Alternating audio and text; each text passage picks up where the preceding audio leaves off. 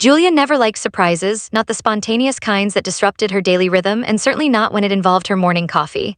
She was the kind of woman who found peace in rituals, waking up at 6:30, stretching in the sunroom for 15 minutes, feeding the cat, and brewing her special dark roast blend with exactly 1 teaspoon of sugar and 2 tablespoons of almond milk. So when Daniel appeared in the doorway that morning with a beaming smile and a steaming mug in hand, Julia blinked at him like he'd grown a second head. "Morning, babe, I thought I'd surprise you today. Let me take care of the coffee for once."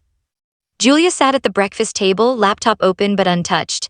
Her first instinct was to thank him, but then the smell hit her. It was, odd, not entirely unpleasant, but unfamiliar in a way that made her nose wrinkle. It had a sharpness that reminded her of bitter herbs or dried roots, like something plucked from the back of a forgotten medicine cabinet. She held the mug, inspecting it. The liquid inside looked normal enough, dark and opaque, but there was a sheen on the surface that didn't sit right. Daniel sat across from her, sipping from his own mug nonchalantly, thumbing through a stack of mail like everything was perfectly ordinary. "Same as always, just tried something new with the grind, finer this time. Adds a little kick, don't you think?" Julia nodded slowly, swirling the coffee. She didn't want to be paranoid, but the unease nestled in her gut refused to leave. Her instincts, sharp from years of working as a freelance editor and listening to her gut on manuscripts and contracts, were now screaming that something was wrong.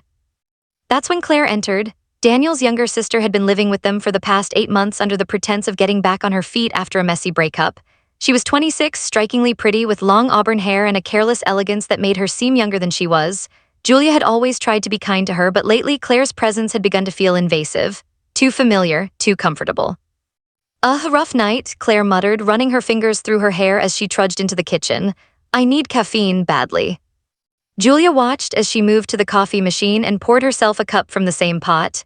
Claire added sugar and cream without looking, then plopped into the seat next to Daniel. Daniel gave her a smile that lingered a beat too long. Julia stood up, pretending to look for something in the cabinet. Her heart was thudding in her chest, and a voice in the back of her mind whispered what she didn't want to believe: something's off, something's very wrong. "Oh shoot," she said aloud, placing a hand to her forehead. "I think I used the wrong mug. This one's chipped. Claire, can we switch?" Claire blinked at her, confused but obliging. Sure, whatever." The mugs exchanged hands. Daniel looked up from the mail, the corners of his mouth twitching in what might have been a smile or a wince. Julia sat back down, her hands trembling slightly. She took a careful sip of Claire's mug, now her own. It tasted fine, just as it should. 3 minutes later, Claire was gagging. It started with a cough, dry, rasping, then a second harsher. Her hand went to her chest and she staggered up from the chair, knocking it over. Her face turned a shade paler, lips quivering as she stumbled toward the sink. "Water," she gasped. "Oh my God, my stomach." Daniel leapt to his feet. Claire, what's going on?" Julia didn't move. Her eyes were locked on her husband's face, every flicker of emotion, every tick. He wasn't confused, he wasn't panicked. He looked frightened, not for Claire, but of being seen. "I'm calling an ambulance," Julia said firmly, already pulling her phone from her robe pocket. Daniel looked like he wanted to object but thought better of it. While Julia spoke to the dispatcher, Claire sank to the kitchen floor, holding her abdomen and moaning softly. Foam was beginning to form at the corners of her mouth. "They're on their way," Julia said, kneeling down but not too close. "Claire, can you hear me? Try to breathe, okay?" Claire nodded weakly, eyes fluttering. The sirens arrived in under 7 minutes. Paramedics burst through the front door, checking vitals and lifting Claire onto a stretcher. Julia followed them out to the porch, watching as the ambulance sped away. Inside, Daniel stood frozen in the living room. "She'll be fine," he said eventually, voice too flat. Julia turned to him, folding her arms. "What was in my coffee, Daniel?" He flinched. "What the hell are you talking about? You think I—" "Save it," she snapped. "I'm not stupid, that wasn't just coffee." His jaw tightened. "You're being dramatic. Maybe something went bad in the grinder. Claire's always had a weak stomach." Julia moved past him and into the kitchen. She opened the trash can, gently nudging aside food wrappers and tissues until she found what she was looking for, a torn foil packet half concealed beneath a crumpled napkin. It read Zolpidem tartrate 10 mg, a powerful sedative. She held it up. "Still think I'm being dramatic?" Daniel said nothing. The silence that followed wasn't just awkward, it was seismic, a crack in the foundation of their home. Something had shifted permanently, and Julia could feel the weight of it settling in her bones. The next few hours passed in a fog. Julia couldn't eat. She paced the house like a ghost, waiting for a call from the hospital. When it came, a nurse told her Claire had stabilized. Toxicology confirmed ingestion of a heavy sedative mixed with caffeine. The doctors were monitoring her overnight. Daniel had retreated to his study, locking the door behind him. Julia sat on the bed they once shared, holding the empty mug in her hands. She didn't know what scared her more, that Daniel might have tried to drug her or that he might have succeeded if she hadn't trusted her instincts. But one thing was clear, something was very, very wrong with the man she thought she knew. And tomorrow, she would find out just how deep the betrayal went. The hospital smelled like antiseptic and stale air. Julia sat in the corner of Claire's room, the dim beeping of a heart monitor the only sound. Claire looked small in the hospital bed, paler than Julia had ever seen her. Her eyes fluttered open and met Julia's. "Hey," Claire rasped, her voice dry and fragile. Julia leaned forward, the weight of everything pressing against her spine. "How are you feeling?" "Like I've been hit by a truck," Claire whispered. She tried to smile, but it faltered. "They said it was something I ate or drank, I don't remember." Julia hesitated. She'd rehearsed this moment in her head over and over, but the words still tasted like betrayal on her tongue. "Claire, do you remember anything from that morning? Anything about the coffee?" "You drank mine, we switched mugs." A shadow passed across Claire's expression, and Julia saw it, the flicker of realization, the subtle tightening around her eyes. Claire looked away. I don't know," she mumbled, "everything's fuzzy." Julia sat back. She felt the silence expand between them like a chasm. "Claire, I know about you and Daniel. I saw the messages, the photos." Claire's lips parted, a flush crept up her neck, but she didn't deny it. She didn't even seem surprised. "I never meant for it to go this far," she said, voice trembling. "It started when I moved in. He was just there for me. You were always so busy, and he listened. He made me feel." Claire looked like she'd been slapped. "No, I didn't know about the pills, I swear. He said he just wanted you to rest, to sleep better. I didn't know what he was really doing." Julia stood. "You believed him. You wanted to believe him because you were in love with him." Claire's eyes welled with tears. "I was stupid. I thought maybe he'd leave you. We didn't plan this whatever happened. I didn't know he'd try to hurt you." Julia's voice dropped. "But you suspected, didn't you?" Claire said nothing. Outside the room, Lisa waited with a police detective. Julia handed over the USB stick with the recordings and screenshots. "Do you want to press charges against her too?" the detective asked. Julia looked back at Claire through the window. Her sister-in-law was crying now, head buried in her hands. Julia's heart was stone. "Not yet, but keep an eye on her. I don't trust a single word out of her mouth."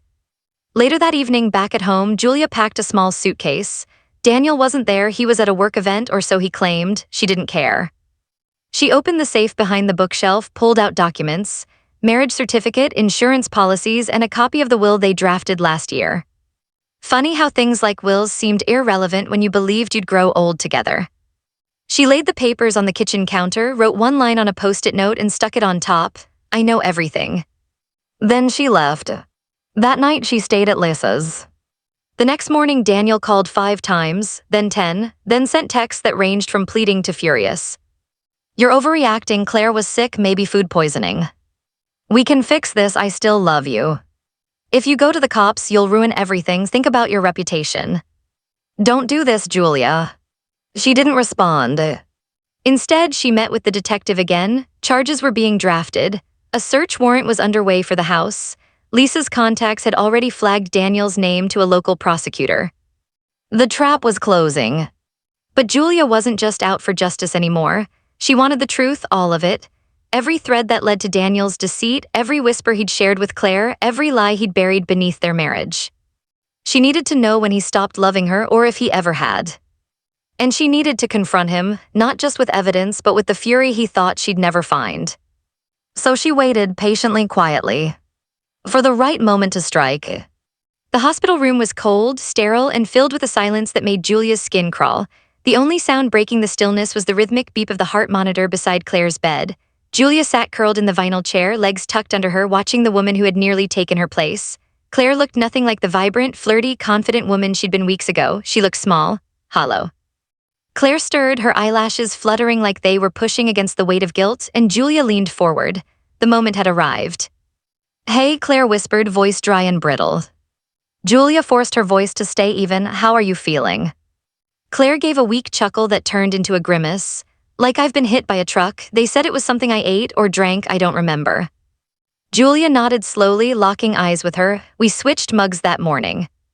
Claire blinked. There was a flicker of something, realization, guilt, panic. "Did we?" "Yes," Julia said, "and I think you know exactly what was in mine." I didn't know, Claire said, looking away. I swear I didn't know it was meant for you. Julia didn't blink, so you knew there was something in it. Claire opened her mouth, then shut it. Her hands trembled. He told me it would help you sleep, that you'd been anxious, and that a few nights of rest might fix everything. I wanted to, Claire admitted. I didn't want to believe he was lying to me. Julia's voice dropped. Because you loved him. Claire's breath caught. I didn't mean to fall for him. He was there. You were always working. He said he felt invisible around you. He said that while we were married, while you lived under my roof. Claire's eyes filled with tears. I know I hate myself for it, but it wasn't just me. He planned this, Julia. I thought it was just about us, but now I see he never really loved anyone. Julia sat back in the chair, her face unreadable. He used you. Claire nodded, and I let him. Julia stood, walked to the window, and stared out at the hospital parking lot. The police will want your statement. I'll give them everything, Claire said. He had files, messages, he even tracked your schedule. Julia turned back. Why are you telling me this now? Because I want to be free too, Claire whispered. I can't live with this anymore. Outside the hospital room, Lisa waited with a detective. Julia stepped out and handed them a flash drive. She'll talk, Julia said. She's ready. Lisa placed a hand on Julia's shoulder. Let's go, you don't need to stay here anymore. That night, Julia returned home to pack. Daniel was out. The house was quiet, too clean, too still. She walked through the kitchen where it all started, the coffee mug still in the drying rack, the air holding a faint memory of what nearly happened. She opened the safe, retrieved their shared documents, and placed them neatly on the dining table. On top, she left a note, I know everything. She walked out with nothing but her suitcase. At Lisa's apartment, she curled up on the couch. Lisa handed her a glass of wine, no questions asked. Julia sipped it in silence, the tension in her shoulders slowly unraveling. The next morning, Daniel's name was already flagged in legal circles. The evidence was strong. Lisa's media contacts whispered of a brewing scandal. Julia's phone buzzed with messages. We need to talk. It was just a mistake. Don't throw everything away. She didn't reply. Instead, she met with the detective again. Formal charges were being prepared. A warrant would follow. And as she signed the paperwork, Julia realized that she wasn't just walking away from a man, she was walking toward herself. The storm wasn't over, but she was no longer afraid of lightning. She was the one holding the thunder now. Julia woke the next morning with the kind of aching clarity that came after surviving a storm. The sunlight spilled across Lisa's guest bedroom in quiet patterns, unaccompanied by the bitterness of betrayal or the fear that had haunted her for weeks. She sat up slowly, her body sore in ways she hadn't realized, as though holding on had required a physical price. She moved through the apartment in silence, barefoot on the hardwood floor, her hand trailing the counter as she made herself coffee, her own recipe, her own hands, no second guessing. The mug warmed her palms and anchored her. She drank it slowly in peace. Lisa was already on a conference call, her voice muffled behind a half-closed door, so Julia took her coffee out to the balcony. The city was waking up. Cars slid through streets below, horns honked in the distance.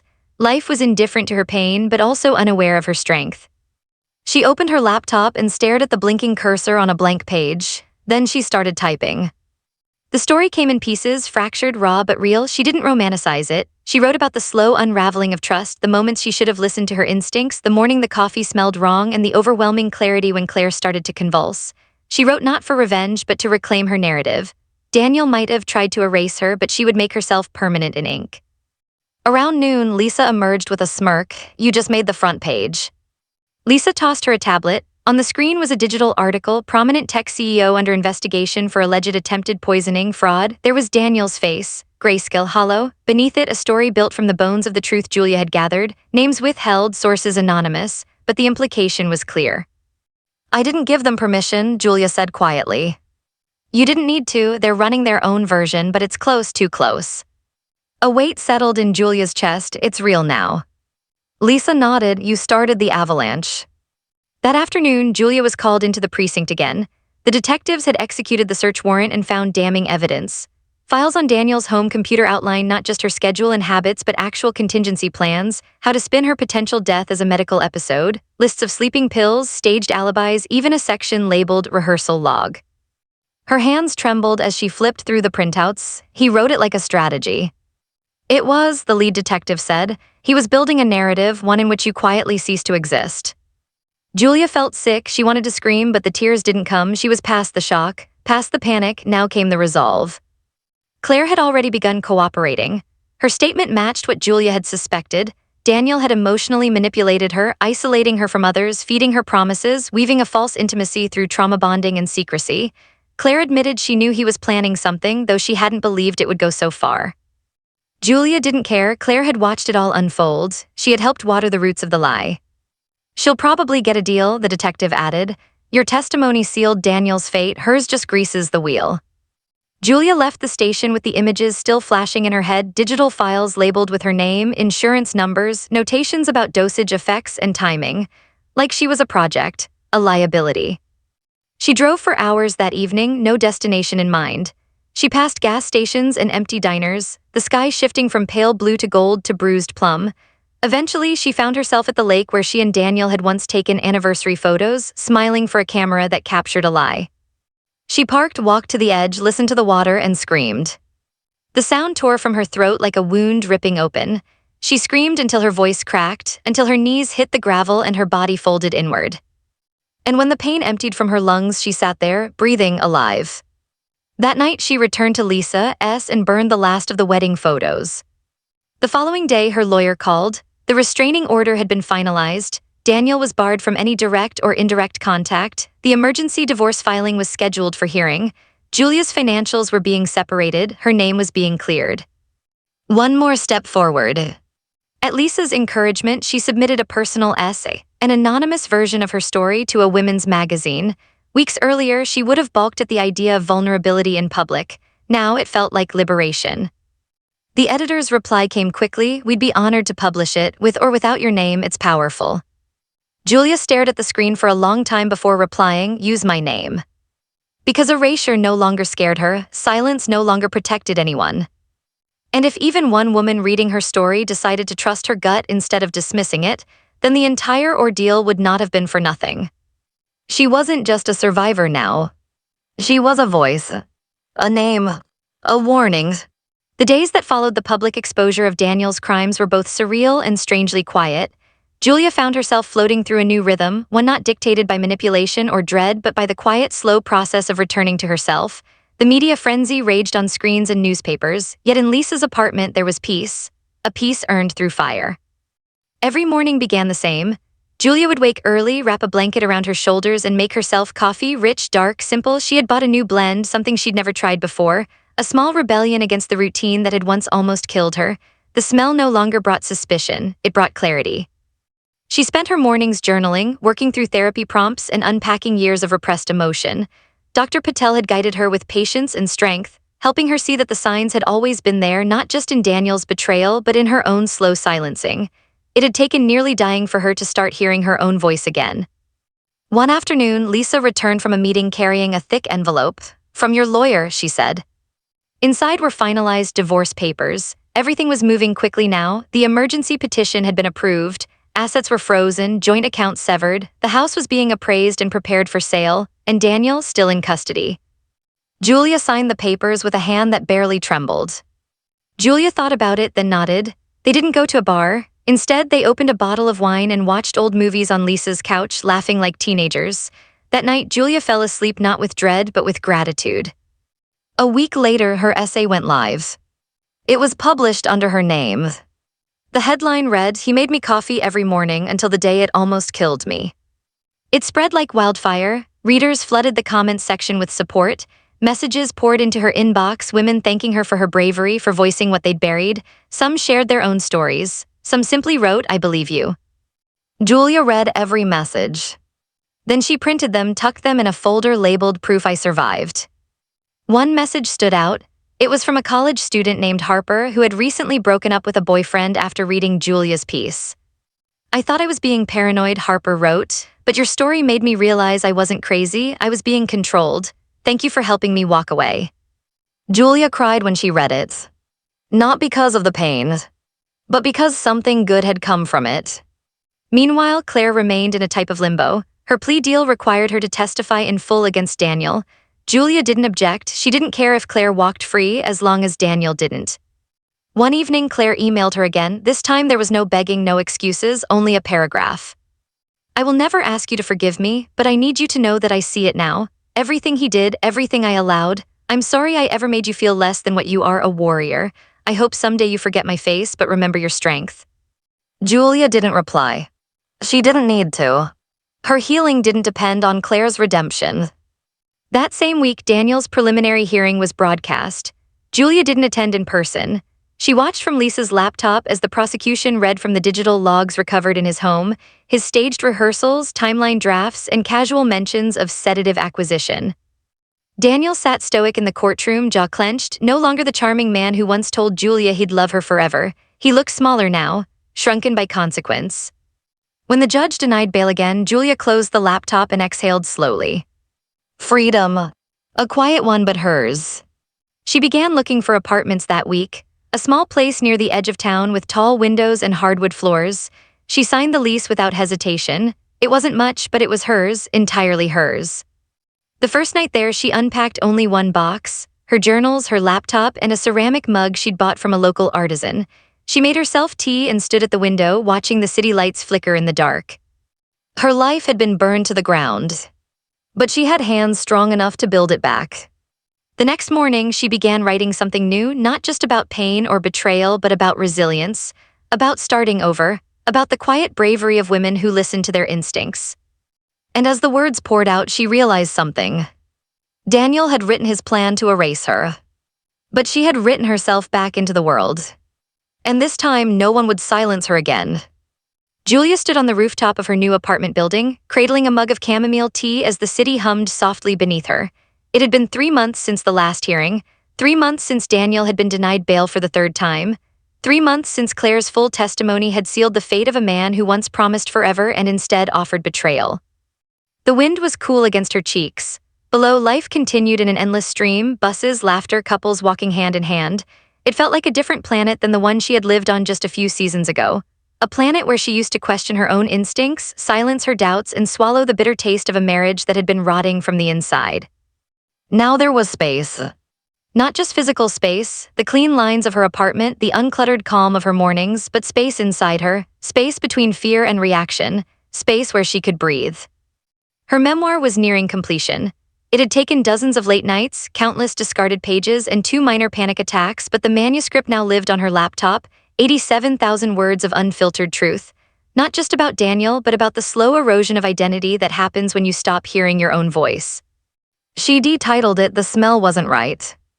The morning Daniel's trial began, Julia didn't go to court. She had already done what she needed, given her testimony, handed over evidence, written her truth into the world. Today, she chose something different. She drove to a women's shelter downtown, one that specialized in domestic psychological abuse.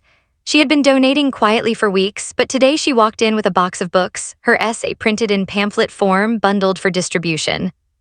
A counselor greeted her, middle-aged, kind eyes, the type of woman who spoke with quiet authority. "You don't have to stay," she said as Julia handed over the materials. "I know," Julia replied, "but I want to." They led her to a small meeting room where 7 women sat in a circle, some young, some much older. One had a bruise under her eye, another twisted a napkin until it tore. None of them looked up right away. Julia took a breath and sat down. "I'm not here as a professional," she said. "I'm here as someone who was almost erased."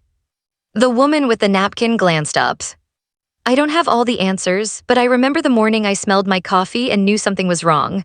I trusted that instinct and it saved my life." For the next hour, she shared her story, not just the facts but the feelings, the shame, the confusion, the gaslighting that made her doubt her own name, and how it all unraveled because one morning she chose not to drink something that didn't feel right. When she finished, the room was quiet. Then the woman with the bruise whispered, "I used to feel crazy every time I asked him a question." Julia nodded. "You're not crazy, you're surviving." When she left, several women hugged her. One slipped her a note with a phone number. "If I leave tonight," it read, "can I call you?" Julia clutched it to her chest like a lifeline. Later that evening, her phone buzzed with a call from Lisa. "It's done," Lisa said. "Guilty on all counts, attempted murder, conspiracy, financial fraud. Minimum sentence is 25 years, he'll serve at least 20. Julia leaned against the kitchen counter, tears pricking her eyes, but not from sadness, from release. Probation, community service, mandatory therapy, she'll never be near you again, court order. Julia nodded, even though Lisa couldn't see her. The past was now paper, signed, stamped, and sealed. She didn't throw a party, she didn't go out.